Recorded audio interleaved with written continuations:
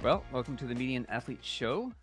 This is the place where athletes from all walks of life can gather to talk endurance sports, physical fitness as we balance life with obsession. This is episode 4.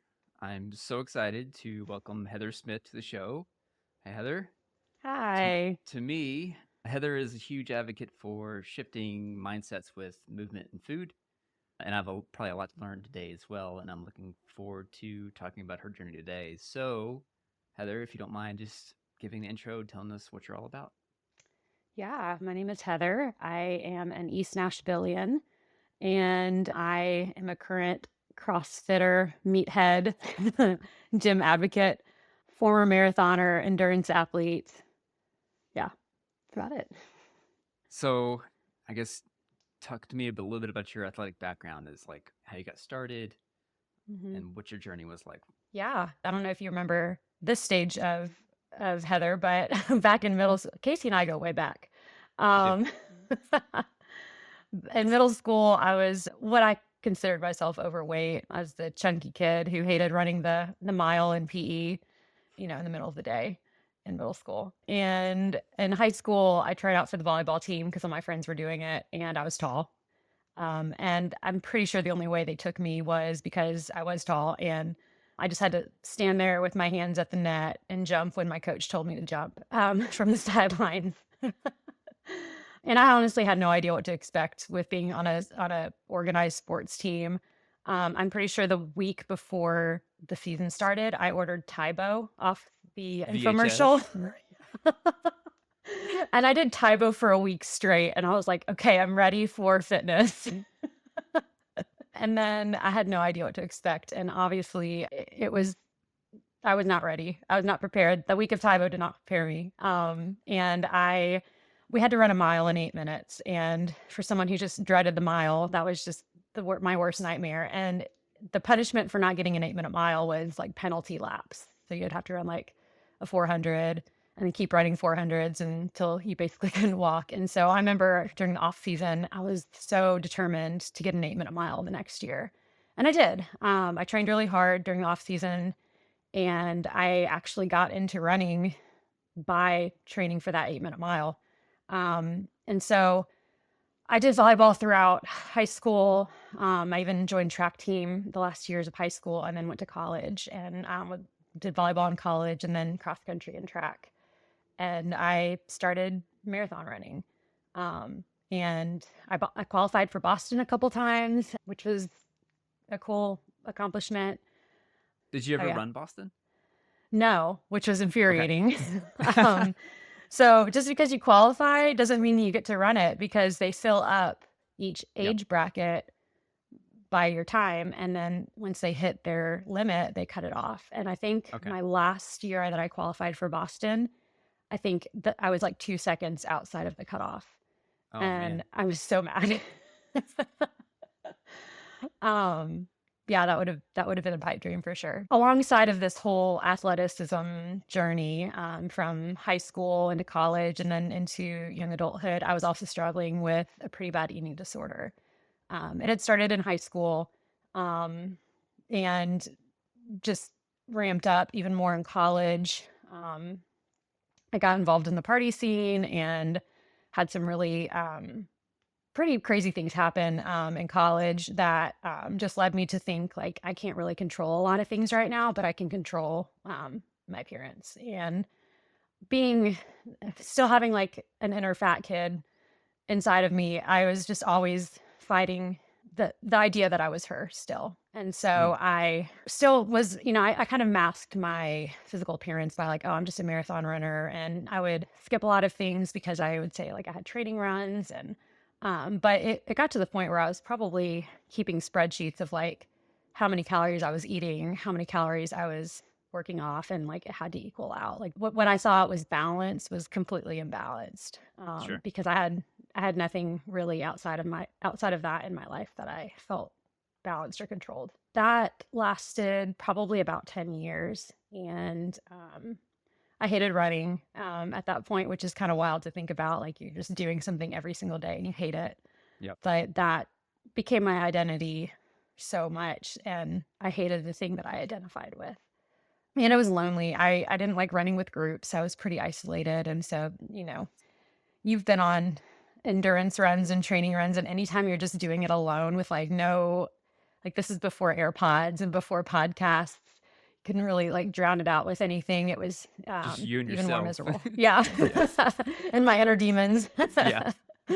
And so it was about 2011 that my family, I went home to visit them. I was a teacher at that point. So I was like, had a big girl job and had my life together. But I went home just to visit during a spring break trip, and they had an intervention for me, which you see those on TV, and they're pretty gnarly to experience one in real life. Sure.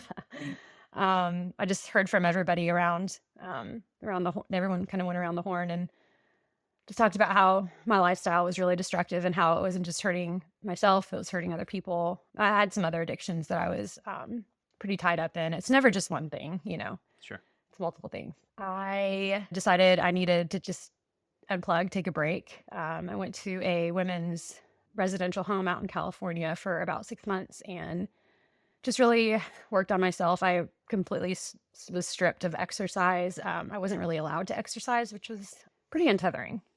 Yeah. But I learned that I learned how to find value in other things than my running and my body and my eating disorder, and just kind of had to strip off the foundation to the bare bones and just rebuild. And so coming out of that, I remember my first run, when I was finally cleared to run. I think I ran like half a mile in the backyard of this home, and I felt so free for the first time, and it was just half a mile. Like it didn't do anything, and I didn't even think about what I had eaten that day or how I was gonna compensate for anything I'd eaten. Like the thought never entered my mind, and I just remember the freedom that I felt, that I hadn't felt that in a long time. And so coming out of that season, I picked up my running shoes again and I started running, and it felt really redemptive for a while. Old things would kind of creep in every now and then, like old mindsets of, the way I wasn't really balancing things well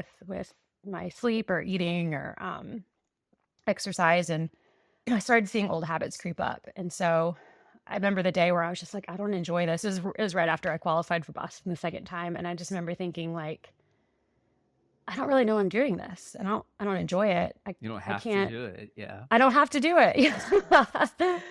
I can't, I don't think my mile times are going to get faster. Like I don't think I want to do this anymore. And to just decide that I don't want to do that anymore was effortless. And Yeah. there was a little bit of grief. The first year that the National Marathon went through my city and I wasn't running, felt really weird. I had to like distract myself that day. By distract myself, I mean like I stayed in bed till like 10 a.m. and just like read a book. And so, every now and then I'll run a 5K, but I really wanted to find something that was going to still challenge me, but like I wouldn't feel obligated by, and it wouldn't feel like there's a ceiling, that like once I hit a certain mile time, like that's kind of where I stop. And so I had a friend invite me to like a free week at a CrossFit gym. And I was like, okay, like didn't lift weights much at all. I had like muscle, but it was like the, marathon muscle, which is very different. And I was so sore after that first week. And yeah, I was like, that was so much fun. And I Nice. did things that I had never done before. And I kind of want to do more of this. And so that was, gosh, I guess that was maybe 8 or 9 years ago. And so what I love about CrossFit is there's still running. So I still run, but it's never like Okay. more than a mile at a time. It's a good Because balance, it CrossFitters, sounds like. yeah, CrossFitters hate running. But I'm not a gymnast. Like I'm 5'11" and lanky, and this is not a gymnast body, but like there's gymnastics that I'm learning, and I kind of can feel like a kid again. Nice. There's always more things I can do, and like, if I can do one pull up, okay, let me see if I can do 2 pull ups, and then see if I can do 5. And same with weights. If I lift something heavy, see if I can lift more the next time. And one thing I found with CrossFit is this do a back squat with an empty bar. Like nail that movement with no weight whatsoever. And then once you can Good do, form. yeah. So it's like mechanics.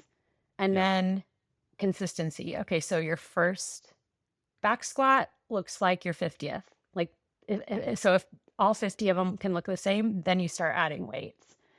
And I feel like that's such a good framework for life of like, just nail the mechanics, like nail the basics, and then be consistent at it. And then start adding the intensity. Slowly increment up. Yeah. Yeah. Nice. So that was a long answer to a short question, but Yeah, that's here a we are good start. today. That's right. So, a couple of things. First, thank you for sharing all that. Like, I Yeah. feel like there are a lot of people who need to hear what can happen and be careful about some paths they go down, especially with running. And I feel like with CrossFit, you found a good balance of doing things other than just running. So that seems definitely seems to help. And also, I struggle with this some too of identity. For a while, I considered myself a runner. Obviously, I'm still running a bunch, um, but now I'm considering myself a different identity, which is triathlete, and that just allows me to change things up. But there's still Yeah. it the benefit of kind of decoupling what you're doing from who you are is, Mhm. and this is kind of what the show kind of is about too. We do all these things and we kind of consider ourselves to be runners or triathletes Mhm. or endurance sports, but we're also dealing with life, and there's a lot of different elements to who we are than just I'm a runner. Um, Yeah.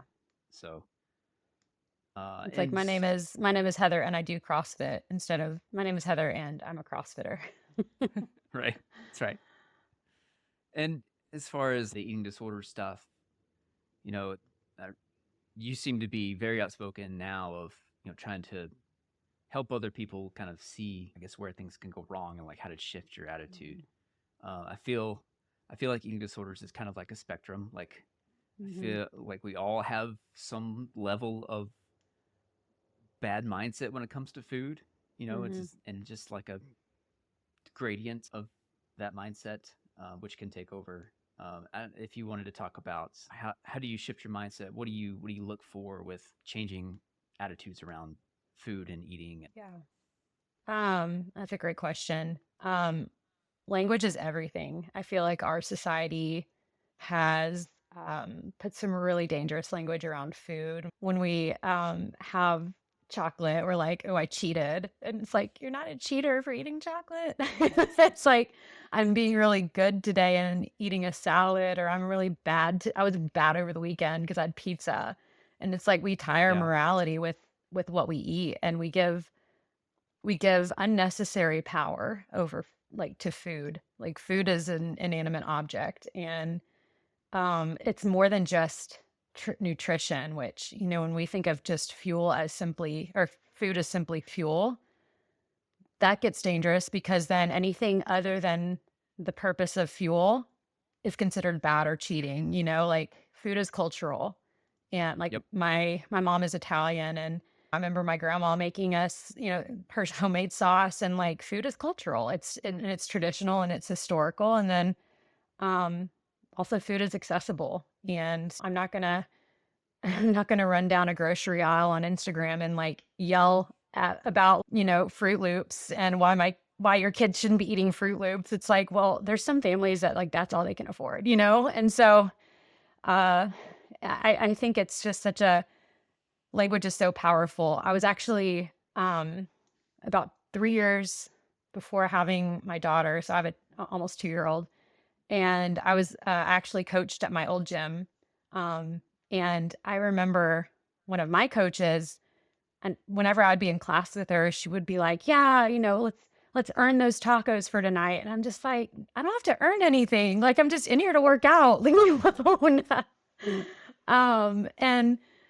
And as a coach, what I tried to really like hammer in to my classes was like, if you don't enjoy what you're doing, this is not going to be sustainable. Like I'm not going to use language of like punish your body and, you know, like, what you don't wanna come back after that. And so and if it's not CrossFit, then it's something else. Like, find the thing that you enjoy and find the movement that you're gonna wanna go back to. And if it's not every day, it's every other day, or, if you need a day off and you come back to it the next day, then, like, that's great. At least you wanna come back to it.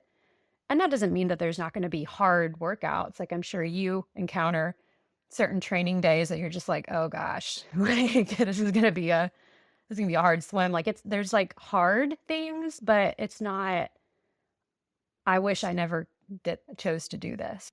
I think it's important that we're kind to our bodies because we ask so much of them, and Mm. if we continue to just, like, berate ourselves and punish our bodies, for something we did earlier that day, then, like, that's not loving our bodies at all. Yeah, that's good to know. Like my mindset right now is a little warped when it comes to, I say this joking too, but also I do kind of at least keep track of, not in a obsessed way, but like, oh, my watch says, hey, that workout was 1,400 calories. Like Yeah. I can eat little extra, or I'll just Yeah. run off the huge pizza I ate or something. Like that can, you can joke, but also that Yeah. can creep up and become a problem. And Mhm. it's good to keep an eye on that. So, any other mindsets that we should really be shifting in terms of food?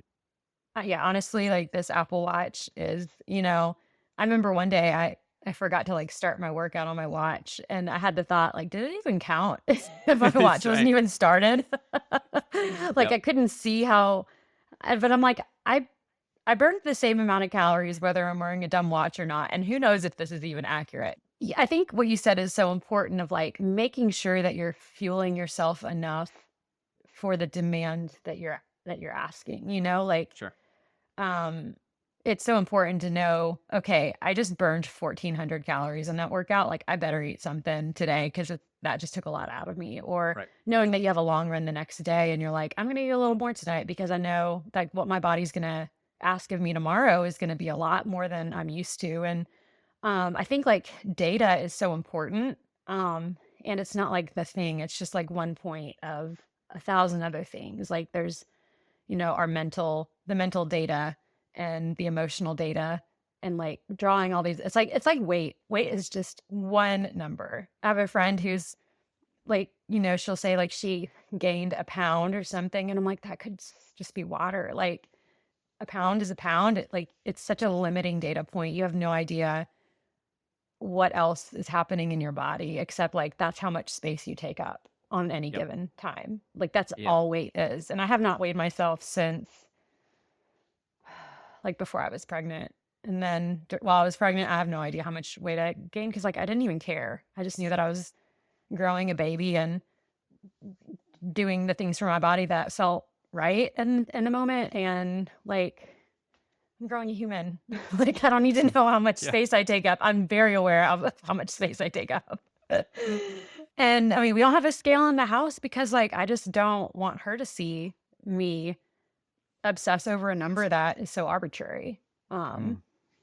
and I know that not everybody can say that, right? Like, there is some there I recognize my privilege of not having chronic illness or obesity challenges, and, like, I am aware of those things. And I know that, like, right now my dad is trying to lose weight, and that he's got a lot of health problems that are connected to so many different things. And so, like, for him, weight is very important. And so I say all that with, like, I'm holding space for both, right? Like, there's no place for that in my life. And in so many athletes' lives, it's just one data point. And, like, I know in the day to day, that can be such a huge factor for others. And so I just want to call that out.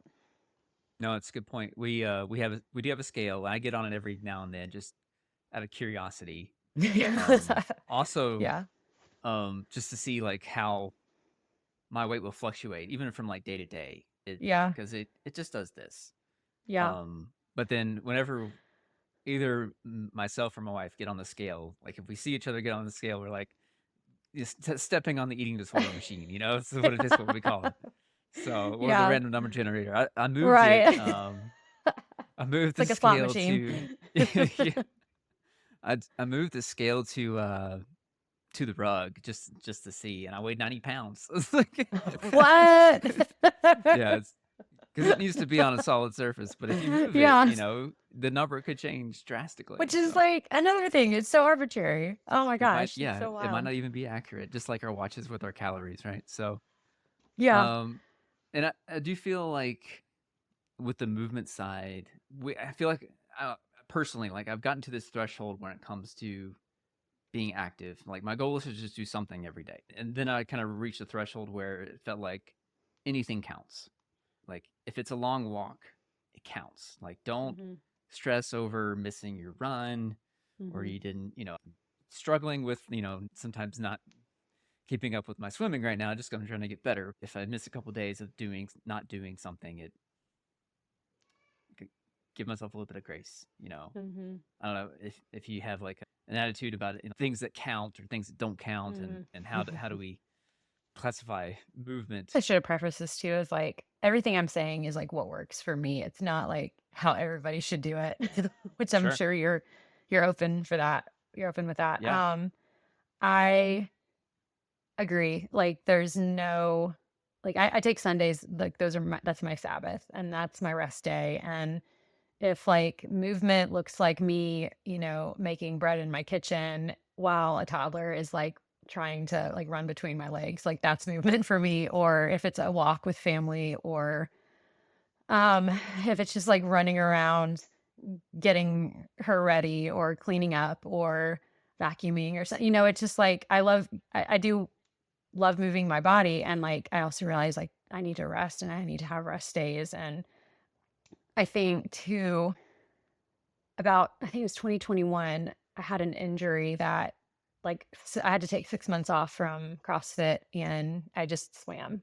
And I just remember that was such a hard season because I was another one of those seasons that I really had to like check my mindset, right? Because like the old mindset was creeping in of will I lose all my progress? Will I lose my muscle? And I think it kind of prepared me for like pregnancy, because then when I got pregnant in 20, I guess it was 2022, um, again, I was like, well, now here I am modifying again, but like modifying, adjusting, like whatever that looks like, whether it's for a whole season or if it's for a day or if it's for a week, it's like our body tells us what to do. It'll talk to us, but also it'll remember how to get back to something that we were once used to. And a day is not going to derail me, or a Yep. week isn't going to derail me. I remember I used to like do beach workouts on the patio before anybody would get up. And this past year, going to the beach with my family, I was just like, why did I do that? Like that's so enjoyable. Or I was like looking for CrossFit gyms like in the beach town that we were staying in, and I was like, why would I? Like it's just packing more clothes and packing an extra pair of shoes. Like why am I even going to do that? And but like I still moved just as much, if not more, um, choosing not to do a traditional workout because there's functional, like fitness is functional, and I want to make sure that I can squat down and play with my grandkids on the floor when I'm 70, And so like Yep. I'm squatting now so I can pick up my daughter, but I want to do this in 50 years. And so whatever I need to adjust or shift or maintain between now and then is like that's what movement looks like for me. I No, want I her to totally see get. like how I model that kind of balance too as she gets older. Yeah. Kids absorb a lot more than you think. Yeah. You're a little ahead of me on that. So how has that played I out in your family? My littlest is she she's doing like squats and like counting. Hmm. She'll act like she's like I'm working like I do like rehab and stuff. Yeah. Because I'm still dealing with my piriformis since Oh yeah. my marathon training has been tight. And I had post hip tendonitis, so like almost Ouch. every evening I'm doing something Hmm. like we have a yoga mat in the living room. I'm doing stretches or rehab like bands and stuff just to. Mm. And so like she absorbs that. So she'll get on the mat and she'll like start Mm. doing squats and stuff and start counting. It's pretty hilarious. Other kids, you know, my oldest son, he does Ninja Warrior. Oh, Um, wow. they have this Ninja Warrior gym in Spring Hill. Yeah. So he's obsessed with like parkour and like all that stuff, doing those competitions. Wow. My younger daughter Macy, she does gymnastics and Ninja Warrior as well, but Mm. she's difficult to get to eat. She's got Mm. some eating issues, so Mm. she's very picky. No matter what I've tried, I can't. I do everything I can to try to get her to eat, but That's like hard. it's a challenge. Yeah. To the point where like they're monitoring her weight, and Mm-hmm. she's drinking Ensure now. Like we're like at that Yeah. level of trying to make sure she gets enough calories. And then I hope I'm giving them a good model of Mm-hmm. being an adult and being active and trying to just. How do you feel about the word healthy versus unhealthy when it comes to like lifestyle, food? Like Mm. what does that look like to you? Is that bad language? Yeah. Is that good language? I think it's, I mean, I think it depends on the person. For me personally, healthy, I guess unhealthy. Yeah, I guess I would agree with those terms. And it's like, it's how I feel. It's not really like the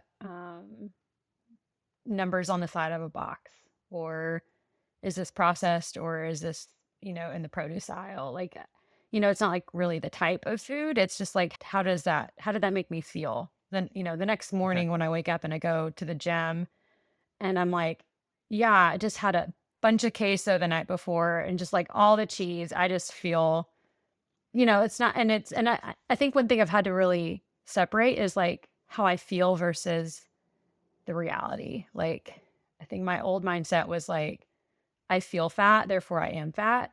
Where like, just because I feel full doesn't mean I'm fat. It's separating how we feel versus what is actually happening. It's probably unhealthy or unwise. Maybe wise is the word, or intuitive. Um, I think we have ancient wisdom within our bodies about like what we can and can't tolerate. And for me, knowing that I'm going on like a bender with queso the night before, like, my workout is going to be less than optimal in the morning. And so that And was that's okay. probably an unwise decision. But it doesn't mean that wasn't wise for somebody else. Gosh, another thing I didn't even think about is I'm vegetarian. Like, I don't eat meat. And I've been that way since 2021. And it was by necessity. I had to be plant-based for a few months, and that was so hard because like I've mentioned, I love cheese. Um, and I had to be plant-based, and I thought this is really going to test me because like I don't do fasts, not even like faith-based fasts. Like I know what I can and can't do, and I stay away from anything that would cause me to like eliminate things from my diet in the name of Jesus, or, a holiday or something. And so there are other ways that I can sacrifice or give up or abstain from something. And it doesn't have to be food. But I thought that going plant-based out of necessity, like that was really going to test me. And it did. Because in the past I would eliminate parts of my diet out of desire, and like Yep. I want to do this, but this is like I had to do it for my health. Um, but then I just found, just like with when I had to eliminate exercise for that season, as I started getting into this new plant-based diet, I started really finding joy in the different foods and like the creativity of it. And so Mm. even so to where I was cleared to start incorporating things back in my diet. Obviously dairy. I was like, yes, please. But I was like, I kind of like the way my body feels, like not having meat. I've never just been like craving chicken, but that doesn't mean when we go, when we travel, that I'm like not going to get whatever's like the local thing there. When we went to Italy, of course I had, like ham and, Spanish tapas that were, like I had meat. And it wasn't a legalistic thing for me, Yeah. because like I just know what I enjoy and I know what I want, and I'm not. There's no rules around it.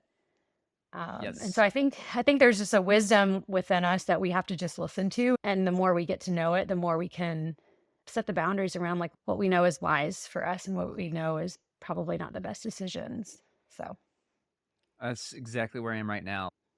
Trying to not restrict myself, like put any labels on anything.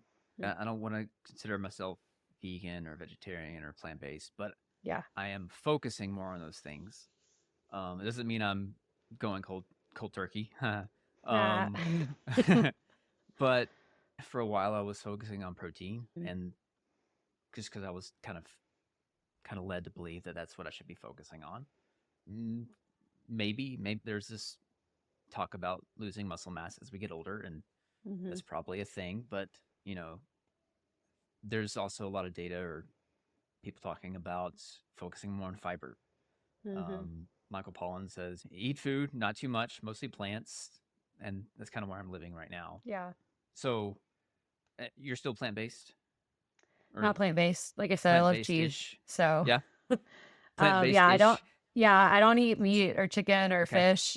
I do cheese and dairy and butter, and but I mean, and everything I cook in the house is vegetarian. But my daughter, I mean, she whatever daycare serves that day is what she eats, and like I'm grateful that she has exposure to other food sources, and it's not just like what I serve, Sure. because that would be a lot of pressure on me to get it right.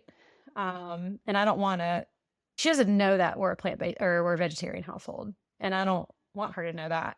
I just Yeah. want her to see like, oh, I get different food at school, and it's just a different experience. And but if we go out to eat, then like I'm gonna order her chicken nuggets because I know like that's easy and she'll probably eat it. It's always chicken It nuggets. yeah. It's also interesting you mentioned about like how your youngest like does squats and she sees you do that. Um, I've always been a morning workout person, and like I don't think Eva knows I work out. Interesting.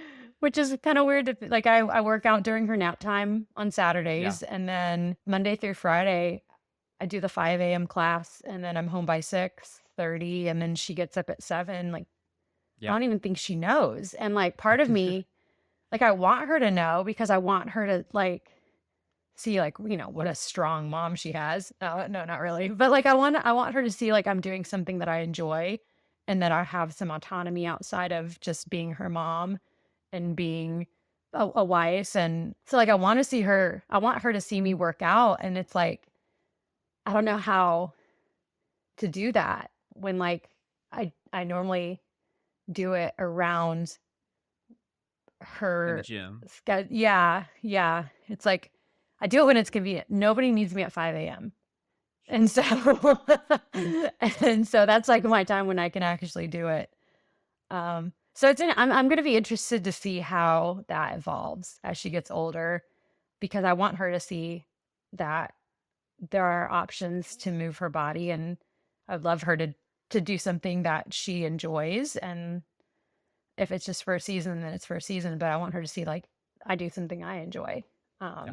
I have hobbies. Anyway, Have like that'd any be interesting. like living room time in the evenings. So we sit down some tatami mats. So I sit on the Oh, floor a lot while we watch okay. TV and hang out, like after Yeah. dinner, whatever.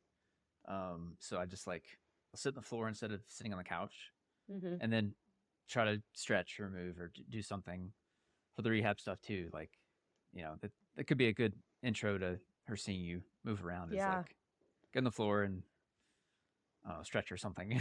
Yeah. Bench presser. Right? Yeah, that's true. Yeah, I'm interested to see how that evolves. I remember one time, I'm not, I was just getting back into working out, and I was still on maternity leave, and I think Daniel was gone for something, and I just brought her out to the porch with me, and she was just in her bouncer while I like did a porch workout, and she probably was like, "What is mom doing?" What are you doing? Yeah, and like part of my old gym and even my current gym, like there people bring their kids to like later classes, but like nobody brings their kid at 5 a.m. Still sleeping. Nor do I have a reason to bring her at 5 a.m. But maybe if I ever got into a rhythm that's different than it is now, like I would love to bring her and just, she could watch, or she could play on an iPad or play on the rings or something. And I'm interested to see how that pans out. Nice. So going back to food, Mm-hmm. plant-based stuff, you got any like favorite meals, dishes that you make? Like Yeah. this is the best. um, I mean, you can do anything with lentils, Yeah. like Yeah. anything. I'm really into soups right now. I make a big thing of bread probably every weekend, and then we go through that the whole week. Nice. And I just make like 2 or 3 different soups that I'll like bring to work or we'll have in the evening. But yeah, like lentils, chickpeas, Yep. beans. Tofu is just like, like, I don't know. Yeah. I feel like whenever people think of vegetarians, they're like, oh, you eat a lot of tofu. And I'm like, it's fine. Like, I don't know. It's kind of, tofu is a lot because you have to drain it. You have to like press it and get all the liquid out. And then, but I make good baked tofu, just to like throw in stir fries. I think one thing that has really been helpful is like, I'll make a lot of, components of what like a potential dish. So I'll like do a lot of baked tofu, and then I'll steam some edamame, and then I'll do a bunch, like cut up a bunch of vegetables, and then I'll make a big vat of rice, and then like just have components of meals ready so that I can just kind of throw it all in Yeah. together at some point, or make a different sauce one night. I will say Aldi, I'm obsessed with Aldi, and they have really stepped up their game. They have meatless meatballs that I love, and I'll do like chickpea pasta, like the little spirals, and I'll just like dump a bag of the frozen meatless meatballs in with like a jar of sauce, and then that's dinner. Nice. But like edamame beans, you can just throw those in, stir fry. I never know how to say the word. Is it Satan? I want to say Satan, but it's not Satan. Satiety, It's maybe. Seitan. But it's like a Oh, I don't know what that is. soybean. Yeah, it's like a soybean. Satine, Satine, maybe? Okay. maybe. I don't know. In my head, I call it Satan. Whenever I have to like talk about it, I'm like, I know that's not it. And it doesn't taste bad, but I mean, it comes in like a strip. It's like a soybean like patty, Okay. and I like cut it up. I like throw it in a bowl with like soy sauce and a little bit of like hoisin or some honey or some whatever, and I just like let it sit, and then I'll either bake it or put it in a skillet and cook it, and it just gives like a good smoky protein addition to whatever. But yeah, And lentils are did you probably my make your own favorite. tofu? Did you talk about making your own tofu at some point, like draining it and all that, or you just don't do that? Oh, like I mean, just like when you buy the blocks, because like they're packed in Oh, yeah. water. Yeah, Yeah. they're packed in Okay. water, and so before you can do anything with it, you have to like slice it however you want, and then you have to just like Press it out. I just put a cutting board on it for 30 minutes. Like it just takes a lot of forethought, and I just don't have that time. Like, I'm not gonna make my own meatless burgers. Like, I'll just buy the frozen ones at Aldi because they're so good. And like, why even try? Like, we had pizza last night, and we had like veggie pizza, but like, I got basil from my garden, and we have some tomatoes that are still coming in, some peppers, Yeah. and we just like added stuff on there. And like, the only protein on there was cheese, and that's fine. It's pizza. Yeah, I'm most people are likely getting their protein, but they're probably not getting their fiber. So Yeah, that's what yeah. I'm been trying to shift that. And lentils have both. Lentils are awesome. Yeah. Yeah. Um, Don't sleep on lentils. yeah. And they're very affordable. So I mean, you Yeah. can buy those in bulk and cook in the Yeah. Instant Pot in like 10 minutes. Like it doesn't take long at Mm-hmm. all to cook them. Okay, so I caught word that you were a coach at some point. Is that true? Yeah. Are you still a Yeah. coach? No, so leading up to when I had Eva, I actually coached right before Christmas, was my last class, and then I had Eva the beginning of January. But I coached probably 2 years, maybe. Okay. 2 What was years that before like? having her. So I used to be a teacher, and I really miss teaching. And there's a lot of learning that comes with teaching because you have to really know what it is you're teaching. And I remember being really intimidated by the thought of coaching because I can't do everything. Who would listen to someone coach how to do something if, like I can't even do that thing that I'm trying to coach. And I think my biggest learning, and I had some really good coaches too, which is why I felt safe to go into that space because I saw it modeled really well. And I've had coaches where it's not been modeled well, so it's having examples of both. Yeah. What not to But do. yeah, and like I mentioned before, like I don't want to discourage someone from ever coming back, or I don't want to make somebody feel like they're doing something wrong, or like, but at most safe is safety. Like I want someone to not hurt themselves. I want them to do something well and right before adding weight, which can be an ego check for some people. If I say, hey, how about, dropping down your weight a little bit? um, but Oh yeah, what, that's probably a big ego check right yeah. there. Oh my gosh. Yeah. Especially telling the guys, like, you sure you should be doing that much weight? So one thing I learned is, instead of telling someone what to do, like ask them how that felt. And so, if we're doing deadlifts or something and we're doing it based off of percentages, or maybe it's like a weight, like you're trying to hit a certain weight. And I'll see someone with really bad form, like they're curving their back, they're rounding their shoulders, they're lifting with their back and not their legs. Like that's going to Yep. hurt them. And so my first question is to go up to them after they finish the lift and be like, hey, how'd that feel? And like they're going to tell on themselves before I even have to say anything. They'll be like, yeah, that didn't feel great. And I'll be like, yeah, you're right. That didn't look great. Or I'll say, that really looked like it hurt. How about we how about we, let's shed this plate, and then like this next round I want you to just really focus on whatever. And then I'll say, like, let's try that for a couple rounds, and then let's add the weight back or something. And so I think my biggest, I guess, tool was just asking someone how something felt, because they likely know the answer to that question. They know what I'm about to say, but I'm giving them the power to kind of make that call for themselves. Now, if they say like, I think it felt great, I'm like, yeah, well, it didn't look Well, great. or, or I'm going to say, hey, like it may have felt great, but that's not going to feel good in the morning.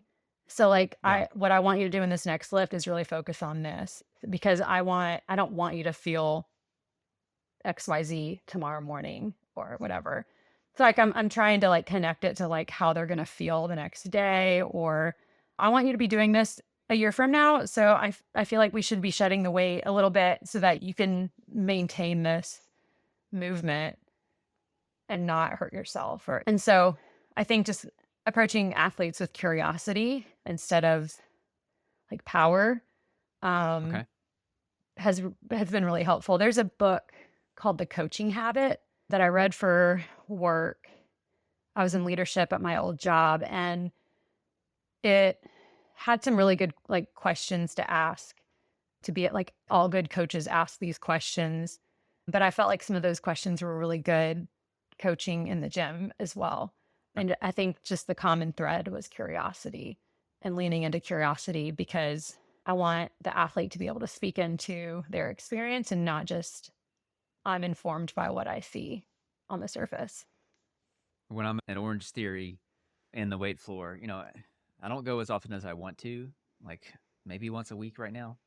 Yeah. I feel like I was doing really well like 2 or 3 times a week, but that was when I was unemployed. So, um, That changes things. yeah, you can tell like they have certain, I guess, coaching tactics, like when they, like, oh, here they come again, like, and they have Yeah. like this almost like a script that they're following. Like Yeah. that wasn't so good, basically. You should try it this way. Um, Yeah. so yeah, sometimes it feels like getting targeted or picked on if you're, but Mhm. obviously it's like they see something and it's Mhm. true, especially when it comes to deadlifts or any like hip hinges. You know, Mhm. I've basically gone my whole life without really having any glutes. So it's like, what are I don't know how to use these. How do So I and engage my glute? that yeah. And so I'm like just that's manifesting now with piriformis Mhm. issues and Yeah. like trying to relearn how to walk to actually use my glutes. And it's like Mhm. that is all played out when at Orange Theory because Yep. I don't know what I'm doing. I don't feel anything back there. I'm just Yeah. so It's so funny because I remember, like, for me, I need cues that I can, like, for somebody to tell me to like engage my glutes. I'm like, you say that, and I don't know what that what that means. means. But it's the one thing I just this just made me giggle to think about when you were talking about your glutes is like when we were doing kettlebell swings, like it's not a back movement. You're not Yep. lifting up. It's like it is a glute movement. And the way you know it's a glute movement is the cue. Pretend like you need to crack the walnut between your butt cheeks when you snap up. And I was like, that's a good cue. Or like, when you're setting up for a deadlift and you're supposed to like brace. And you're like, what does brace mean? Like, I don't like that doesn't mean anything. But somebody told me like pretend you're trying to squeeze a pencil between your shoulder blades. Oh, Like when okay. you're like, so you're not starting like this, you're starting like Shoulders that. And back. then yeah. I can go with that. And so I'm always looking for cues that click that like this past week, my coach kept telling me something about you need to open your hips more. And I'm like, what What does does that that even mean? open my hips? Like, I'm sorry, I'm married. Like, I hear open your hips. I'm like, I don't even know what that means. And so he had me do like this really funny, like jumpy thing. He's like, before you like pick up the bar, we were doing snatches. So it's like, you lift the bar and you go over your head. Oh, And I was like, bring anyway, I wasn't opening my hips apparently. And so he just had me like stand back from the barbell and then like jump up and kind of like just jump up straight. And he's like, I want you to jump with the barbell like you're just jumping up straight. And like I did my next rep and I was like, oh, I felt like I just opened my hips. And so it's like little cues like that help with movement. And like that's one thing I tried to do when I was a coach. And also it kind of brings some like humanity into it. It's not just like this physical, like technical language. It's like humor and humanity and it's relatable. nice. So you mentioned what drew you to CrossFit, like your friend kind of got you for Yeah. class. What keeps you at CrossFit? Is it the just the workout, like the lifting heavy? Like tell me more about why you're still there. Yeah. Um, Community, Mm, honestly. I will say it takes a special group to show up consistently at 5 a.m. yep. It's normally people who want to be there. Uh, because we've likely set our clothes out the night before, or we've slept in our clothes. Like we have a routine. Yep. So it's always the same people. But You don't accidentally being show up to the gym at 5 a.m. no, we don't get many drop-ins. I'll say that. We had a drop-in this past week, and I was like, are you like, do you normally go to a different time? And they're like, no, I'm just dropping in. And I was just like, at 5 a.m., like they're in town for business. And so just being a lone runner for so long, I missed the community aspect. And Yep. we have a rule where we don't start cleaning up our weights or we don't start, shedding our barbells until everyone's finished. If you're finished early, then like cheer somebody on. Um, Nice. and I I used to think that was so cheesy, but there's just something really empowering and inspiring about a group of people who just finished doing something incredibly hard together and like celebrating each other for it. We started the sing at 5 a.m. or like after the workouts, like once the 6 a.m. class starts, we call it our mental health walk. They say something about, exposing yourself to sunlight first thing in the morning is like really good for your mental health. And so we just like do a 400, like 200 out and back after our workout. And like at that point, we're a little more awake. We just did a hard workout. So often we're like talking about like how that workout felt and the different things that we did. And if we hit a PR or something. And it's just like a really good time to cool down, but also connect with each other and get our day started right. And so I love the community aspect of working out because like we were wired for community. We are tribal beings and we were not made to do life alone or to be isolated. And the likelihood of staying with something in isolation, It's very low. staying with something you should that's like good for you, right? It keeps accountability up, it keeps the shame down. And I think back to the days where I would just run by myself and I'm like, man, why did I even put myself through that? That was so boring because we were meant to do life with each other. I just think it's really Mm, great. that's awesome. Yeah. CrossFit gets a bad rap for injuries. Yeah. Yeah. CrossFitters are going to CrossFit. Like when they say, I have some really good coaches. I go to CrossFit East and I love our coaches so much. And there's typically different levels. So, like, there's a workout and then they have like the hot, like, if you are like an elite athlete, these are the weights or these are the movements you need to be doing. If you are like, I come here consistently every day and I have done so for 5 years, like, this is probably the level you should be at. And then there's like, so it's like they call it the comp level, the RX level, and then the fitness level. Like, I'm just here to move my body and that is it. Casual Then you kind should do of, the yeah. fitness level. Yeah. And so there's some days where there's a workout and the coach is like, I don't want anybody doing anything above the RX level because like nobody in this class should be doing this high weight or whatever. And so I think like going back to the whole like mechanics, consistency, and intensity mindset of like that, if CrossFit is done well or any movement is done well, then it's going to serve you well over time. Like just with running and with swimming, if your mechanics are right and you can do your first lap, your first swim lap looks like your 50th, and you're so consistent at the movement. And then you can start adding the intensity, whether that's speed or adding a different movement or doing a bike after. That framework is so scalable across all different exercises and different fitness journeys because like we have to do the thing right and then we have to Hmm. do it right over time and then we can start adding the weight, the intensity, whatever that looks like, which CrossFitters don't Doing, do very often. yeah, doing something right. Like for me, I've probably spent the past year like trying to improve my running form. Mm.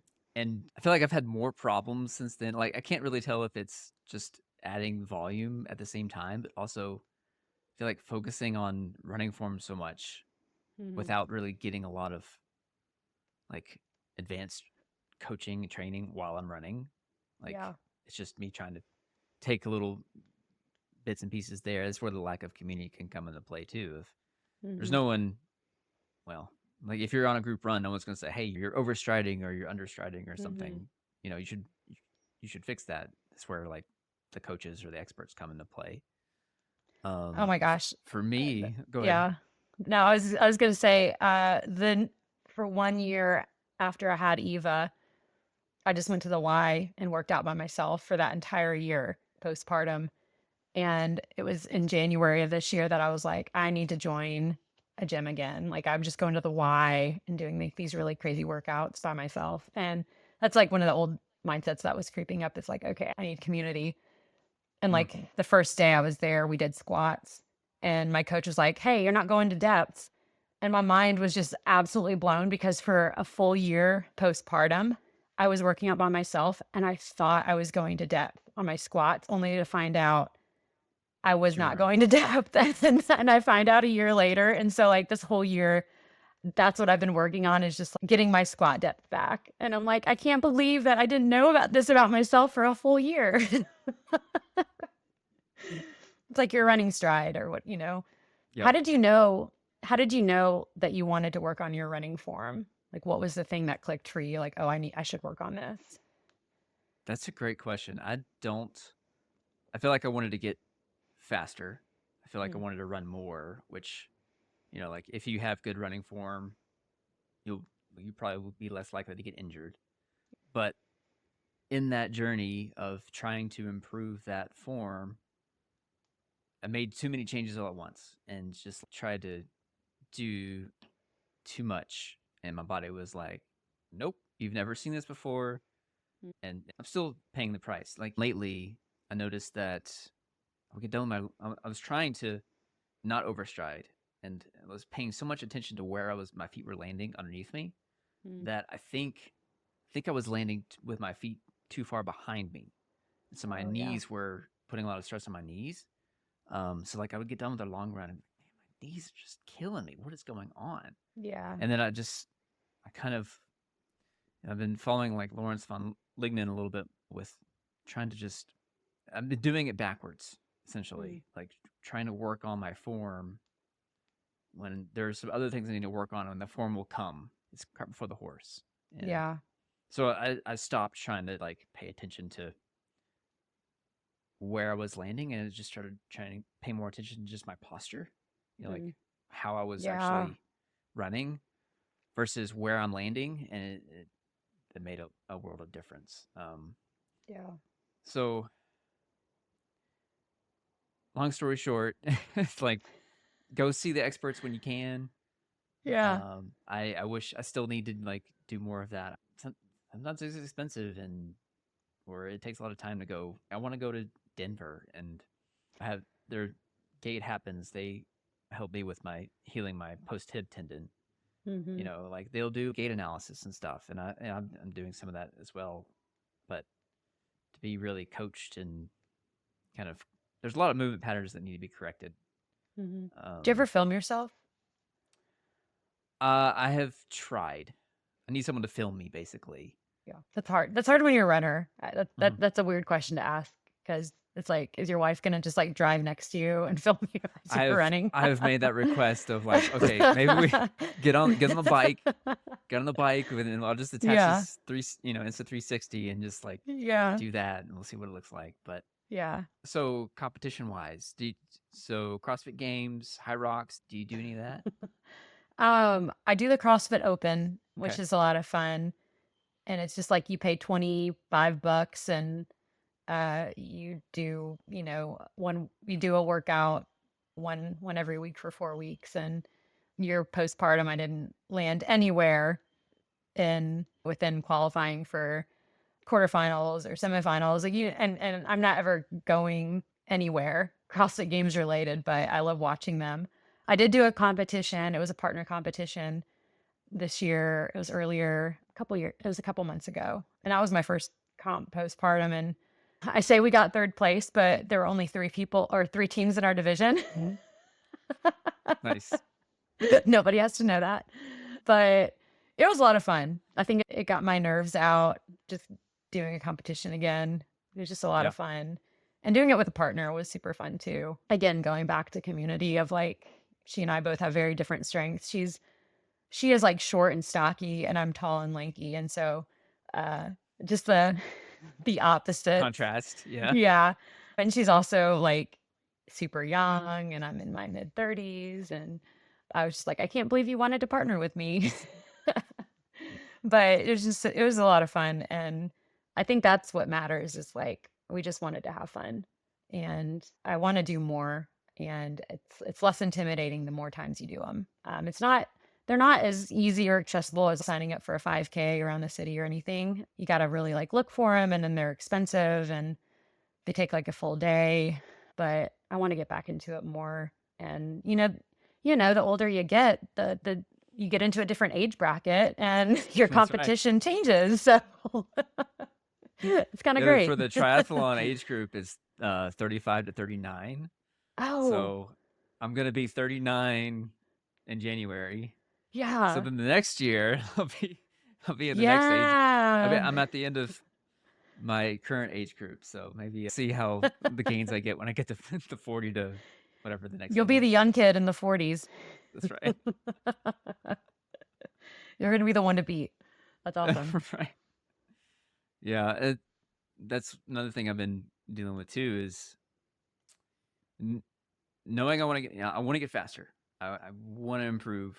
I have a crazy goal that's likely not going to happen, but that is the one I have set is my first half Ironman is to qualify for Worlds. Wow. Um, it's a crazy goal. It's the big Yeah. hairy whatever. but also like balancing, not letting that take over and being content with Mhm. who I am and where I am and seeing all the progress I made. I am running as fast or maybe faster than I did in high school right now. Mhm. And uh that's it feels pretty good for being almost 40. Yeah. Yeah. I get that. I get that. And also it's like who you're becoming in the process too, you know? Yeah. It's like it sounds like you have enough guideposts that you're hitting as you're getting to that big audacious hairy goal. It's like you're becoming a better runner in the process. You're improving your gait, you're learning what you can and can't do, how much you can do, and like that's making you a better runner. Mm, And mm, that's enough to hang your hat on regardless of if you qualify for worlds, you know? yeah. Like people who say like I want to lose 20 pounds and it's like, okay, so like what happens when you lose 20 pounds? Like are you going to stop What's or like is next? it the Yeah. habits that you pick up in the process? Like I don't have Right. any issue with people who say they want to lose 20 pounds. Like I think that's great. But like who are you becoming in the process? Mm, Are you going to become the type of person, like I'm the type of person who works out in the mornings, or I'm the type of person who decides to get 8 hours of sleep, or I'm the type of person who takes a rest day. Like the type of person you're becoming in the process is just as important as that goal that you're hitting because once you hit that goal, you want to keep maintaining those habits that got you there, right? yep. And if you hate those habits, then or if you resent the habits that you picked up, then it's like, how is that going to serve you after that goal is achieved? Yep. And that's where like post marathon blues or a lot of Hmm. people will finish their race and be like, what do I do now? Who am I? Yeah. Yeah. I remember I would finish a marathon and then I would take a day of just laying in bed and recovering. And then I would sign up for another one like within a day or two while still feeling miserable. But like Yep. I needed to have another one to do, you know, and which is it's not bad. Like it just I had made so much progress and done so much work and picked up so many habits along the way that I wanted to continue that momentum, you know. Yep. You don't want But to let there it is that, go. yeah, there's that existential, moment after a big race where you're just like, okay, what now? Yeah, that makes sense. Yeah. My first and maybe, I don't know, I haven't figured it out yet. Maybe only marathon. Like mile 20, I was just like, this is stupid. Like, why Oh am I my doing gosh. this? Yeah, And then so bad. What marathon? Have you done the Nashville one? that was the Music City this year. Oh That was my gosh. first and only so far. So we'll see. It's a terrible course. It's a terrible course. It's so bad. It only caters to the half marathon people. Like Yeah. the marathon course is just like a wasteland, especially like up in Metro Center when it splits off, it like people take a Yep. right and they go towards like the stadium and then you just have to keep going through Metro Center and then you like join them again and then you Hmm. run literally past the finish line and go into East Nashville and you're like, this is the literal worst. I remember, When we merged, oh like my gosh. like the timing of when I merged with the half, there was an aid station there, and there was nothing. Like Yeah. they were swamped. There was no nothing. I had to skip that Yeah. one. It's the only one I had to Yeah. skip. Yeah. I was kind of mad at that point. Like, man, this is dumb. Why am I doing this to myself? Yeah, yeah, Yeah, I remember every year when I would run that one thinking like remembering the certain mile markers that I was training for. And yeah. like my goals that I would set would be around like anything after mile 20 cuz or like mile 18 to 26 because they were just especially like the Shelby Park loop. It's just an out and back and it's so terrible. Yeah. Uh yeah, that's such a terrible course. The Rocket City Marathon, it's in December and it's in In Huntsville, Huntsville. It's the that is it a I flat qualified on course? that course. It's super flat. A lot of Yeah. it's residential, but then you run through the space park, which is pretty cool. And they have a pretty epic finish. I mean, you run into sports arena thing, but they have like ladies from Publix spooning out like soup, like, and like you have hot soup at the finish. It's just like the most warming. It's just a great finish line Nice. experience. And they have somebody announcing everyone that runs into the like the little like the dome. Um, That's it's awesome. just yeah, it's a really great race, and it's December in Alabama. You just never know what you're gonna get, Right. but it's super flat and it's fun. So I've heard that's a whatever good that's worth. course. Yeah. Yeah. On the spectrum of Boston qualifiers, like Nashville is on like the really hilly side, and then Hmm. Rocket City is on the really Not so flat hilly. side of Yeah. things. Yeah. Nice. And they're spaced out nicely to where like you could run both in one year because it's like April or December. That's another thing I regret about my training is that my training plan it topped out at 16 miles. Oh, And interesting. that was a little short. Huh. Like I still finished, but after I think we in this one of the stadiums, maybe the Sound Stadium, that was Hmm. about mile 16, and it's like Yeah. after that was just uncharted territory. So Yeah. I think if I were to do another training plan, I would at least get 18 for Hmm. my long run. Yeah. 20 maybe, but 18 for sure. Yeah. Um, I remember training up till a few of my training plans I did up to like 23. Because after that, it's like you just have a 5K to, yeah, once you hit 23, you're like, oh, I just have like a 5K left or something. And that felt doable. But yeah, long runs too, you have to like plan your whole weekend around. hmm Like if you know you're doing it on a Saturday morning, then you have like a super boring Friday night. And then like Saturday, you're just taking it easy the rest of the day. And then you can't walk on Sunday. yeah. So My last long run for the training plan was while we were on vacation. oh, wow. So like my wife dropped me off at this park, and I just figured out how to make it 16, and Oh, she came to wow. pick me up. I was probably the worst traveling companion during that time, but so like I was just obsessed with just okay, I just have to finish. I've committed to it. I have to do it. Yeah. Yeah. I don't know. Running on vacation though is kind of fun too, though, because you can kind of explore the place that you're staying, and Yeah. if you get lost, then you get lost. But She dropped me off at a trailhead that like was supposed to lead into the main trail, like the main oh yeah. park area. But I started on this trail, and I was like, I don't know where the hell I am. I am by myself. It is snowing. Oh no. What? I don't even know if they're gonna be able to find me if I like, I don't Oh know. my gosh. Um. All right. So you're doing the CrossFit. Let's talk about gear. So Hmm. like shoes. Assuming with lifting, Yeah. you have certain shoes that you like to wear, versus like for running is like Yeah. usually different. But Yeah. any gear It's you want to hard talk about? to. Yeah. It's my favorite gear is thumb tape, or just you buy like this. It's like just a roll of tape, and I always tape my thumbs because it helps with like any barbell gripping, but Blisters. also yeah, blisters. Okay. There's a certain grip. It's called a hook grip that it kind of saves your forearms when you're like doing a really grippy workout with a barbell. So like you you hold the bar like this rather than like just doing that. You hold it like this, and so you're putting a lot of like the weight on your thumb, rather than Okay. like your whole forearm. So the thumb tape kind of helps with that. And then if you're on the bar doing like pull ups, it helps.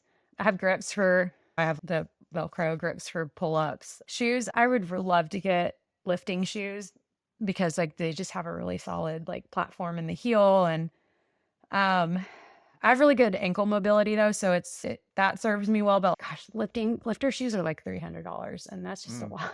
But I really love Reebok for The nanos. CrossFit shoes, the Nanos. Yeah, Okay.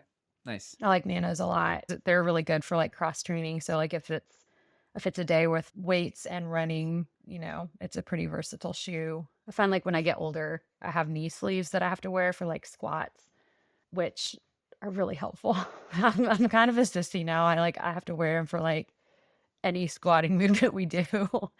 But it's just and like it just like saves your knees. I can't really describe it, but knee sleeves, thumb tape, Reebok Nanos. I have a belt, so for lifting really heavy, like squatting heavy or deadlift, just helps with like bracing my core. Mhm. So I have a weight belt that I use. Do you have to bring Um, that to every class? Like they don't have like yeah, a communal ones? Okay. yeah. I mean, we have cubbies if we want to use them, and some people use them. But yeah, my gym, it's such a big gym that they just say like bring your own stuff because it's hard to keep up with it if like they have like community jump ropes and stuff.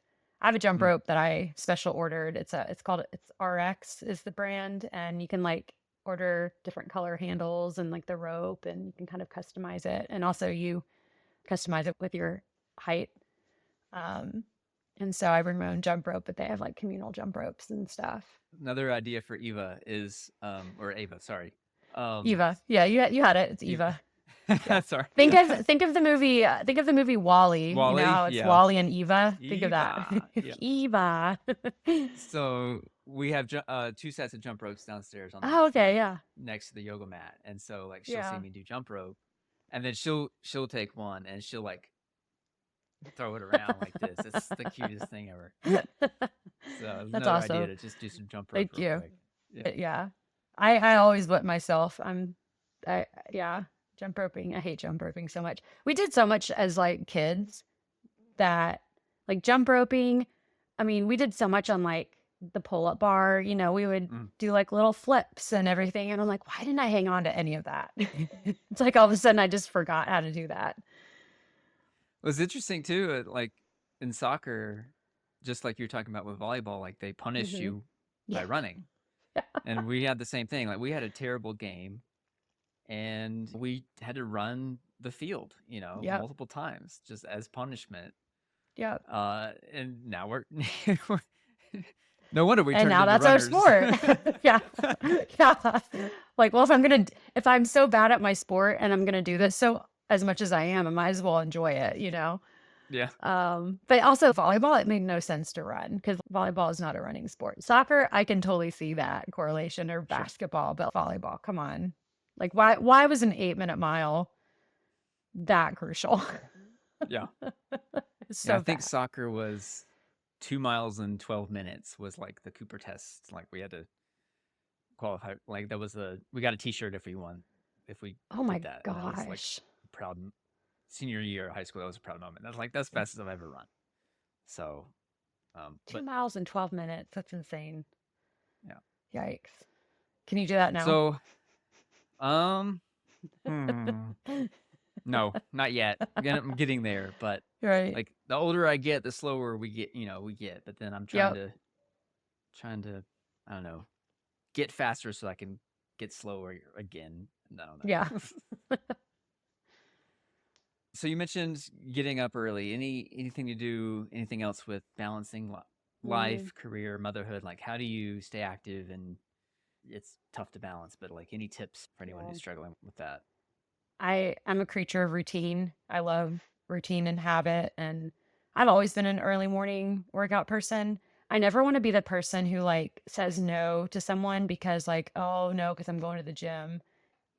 I love getting it in first thing in the morning. And also I feel like I make better choices for myself the rest of the day because like Hmm. I chose myself that morning to do something that I wanted to do like I chose something well. And then the rest of my day just feels very dictated by my choices. If I don't go, then it's not going to throw me off. Sometimes I feel more sluggish, or I might not make the same choices the rest of the day, but like I might just adjust to just having a different kind of day. But it is ironic because I'm an early bedtime person, and then my husband is a night owl. And so, there's a slew of Netflix shows that he's probably watched without me because I go to bed at like 8:30 and he like finally gets to bed at like 10 or something. But Yeah. it's just knowing like what I can and can't do, and that's flexible, right? Like it's not I can and can't do out of a legalistic standpoint. Like I'm choosing. It's like I get to do that. I get to do certain things. It's Nice. always a choice for me. It's never I have to go to bed tonight at 8:30. It's I get to go to bed tonight at 8:30 because I want to have, you know, A good seven, day 8 hours of tomorrow. sleep. Yeah. Mhm. Yeah. And I That's know what my body interesting. feels like when I don't. So for me has been probably not the healthiest mindset, but like wanting to get like the goal for me right now is just do something every day, whatever that is. Yeah. But I feel best when I do get up early and go get that thing out of the way. So like Mhm.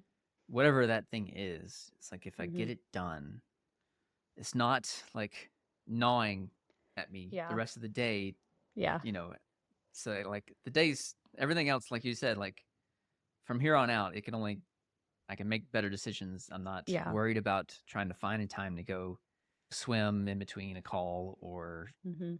you know, squeezing in at the end of the evening. Or sometimes if I miss that window, sometimes it's hard to even, I'll miss a lot of windows just to move. So Mhm. like if I miss my window in the morning, that usually means I've slept in late, and then like my work day starts, Mhm. and then I'm stuck on calls and Yeah. stuck at my desk, and then that's where I get grumpy. But Yeah. You know what the confines of your day look like, and if it's either I do it now or it doesn't happen at all that day. And also there's like something about doing a really hard rigorous thing. You're like it's just like empowering for the rest of your day. Like I just did something really hard and probably nobody else cares about my workout, but like but like I did something really empowering and it makes me feel really strong, and I'm knowing that I got probably the hardest thing out of the way just kind of makes the rest of the day feel lighter. I wouldn't mhm, say easier because we all have hard things that happen, but like it's like, okay, if I did that really hard thing this morning already, then like I can handle whatever today looks like. nice. So, yeah. Yeah, this morning, so John Stock was episode 3. We met up and did the Blue Trail for Oh, the cool. second time. So I did like 8.5 miles on the trail running this morning. Like it's my second time trail running, and it's Oh, yeah. so much fun, so much Yeah. fun. So yeah, That's awesome. I was early, and I've already done 8.5 miles today, and Yeah. yeah, that's out of the way. And there's Eight Tennessee, and Georgia in a few oh yeah. hours. Oh, I know. I know. Yeah. Also, like 8.5 miles trail running is probably equivalent to like 12 miles road running. Like, What's interesting is that it didn't feel like it either. Like yeah. I guess the repetitive motion of road running right now for me is worse than playing an obstacle course on the trail of like, Hmm. because my feet aren't constantly going in the same motion. Yeah. I'm doing different subtle movements here and there to Hmm. dodge rocks and branches, and we walk the hills. We don't set any big rules, and Yeah. we took off on a straightaway. It was just, and the ground was soft, Yeah. and it's fun. Hmm. I'm enjoying it. Have Um, you done a Ragnar race? Do you know what I mean when I no, say that? uh, Um, okay, so there's two types. They have them both here in Tennessee. There's a Ragnar road race and then there's a Ragnar trail race. So the road race is from Chattanooga to Nashville, and you're in a team of 12, and there's 6 in okay, each van. And so the van one starts out and it's just basically leapfrogging, right? So every person runs once in your van, and then once you get all 6 legs done, the second van is there to wait and you tag out, and then van 1 drives ahead to like the next checkpoint, and then van 2, each runner does that. You run 3 or 4 times if you're every so you run every 6 times, and you go nice, from Chattanooga to Nashville. And the big finish is like downtown Nashville. I think it's in October, so they may have just had it. I don't cool. know if they're still, I don't even know if, I haven't heard about it in the past year or two, so I don't know if they did it this year, but they have those all around the country. But there's a Ragnar Trail where I think the closest one to us is in Atlanta, but you camp out in the middle of like a field. Like they have a runner's village, like there's food trucks and porta potties, and you bring your own tents and you camp out. Some people bring like their grills and like grilling out and stuff. And you run all hours of the night, and you're in teams of, I think, teams of 8. And each person run, and there's 3 trails. There's like a red, blue, and green trail or something, and you each run those trails, and you end up running every single trail. But like it's like at night, and you have to wear a headlamp, and Mhm. but it's so much fun. And after Sounds like doing the you've done trail, this? yeah, yeah, Huh. yeah. I used to do the road runs, and then I did the trail one, and I was like, because like with the road running one, you like sleep in the van, and you sleep at like churches and gyms, along the route. Like will open up their space. Sometimes they'll have like pancake breakfast, but you basically sleep in the van, and it's so uncomfortable. But then the Ragnar trail, you sleep in tents and you camp out, and it's just like really cool, and you don't have to like stay in a van. Nice. Um, but yeah, it's a lot of fun. You should look into one of those, and it's doing it with like a group of 8, and it's so much fun. That's awesome. Okay. Yeah. That sounds like fun. Yeah. Well, any extra words of advice for any listeners out Hmm. there? Gosh. I think all I was to say is everyone is so individual, and movement and food is personal, Mm, and we can spend all day analyzing what this celebrity is doing or what that athlete is doing, and try to like match it with our lives, and it's like never going to be apples to apples. We're never on the same playing field as somebody else. It's I am the only constant factor in my life. Everything else is inconsistent. I can't compare myself to the girl that I work out with in the gym, because like she and I have completely different lifestyles and jobs and families and priorities. But like I can compare myself to like this time last year. Like, how much mm, stronger am I this time from this time last year? How much more weight can I lift now versus 2 months ago? Like that's the competitor that I should mhm. be looking at, and not from like a comparison, because I'm not going to compare myself to like pregnant Heather. Pregnant Heather that was its own thing. What works for us works for us. What works Mm, for you is going to work for you. And food is such a personal thing, but like it's something we need to enjoy, and just like exercise. If you don't enjoy it, you're not going to stick with it. If you don't enjoy your right. diet, you're not going to stick with it. And when we start putting morality around it is probably when we realize we don't enjoy it. It's like our faith. When we start being legalistic and it's morality driven, then we're not enjoying our faith or our relationships or whatever that thing is. And it's like the moment we start putting rules around something and morality around it is probably when we need to stop and start asking, like, just getting curious about it, of like what's causing me to think this way, and what's causing me to use this language around it, because language is so important in how we approach these things. That's really powerful. Thank you so much for joining. This Yeah. was great, and Yeah.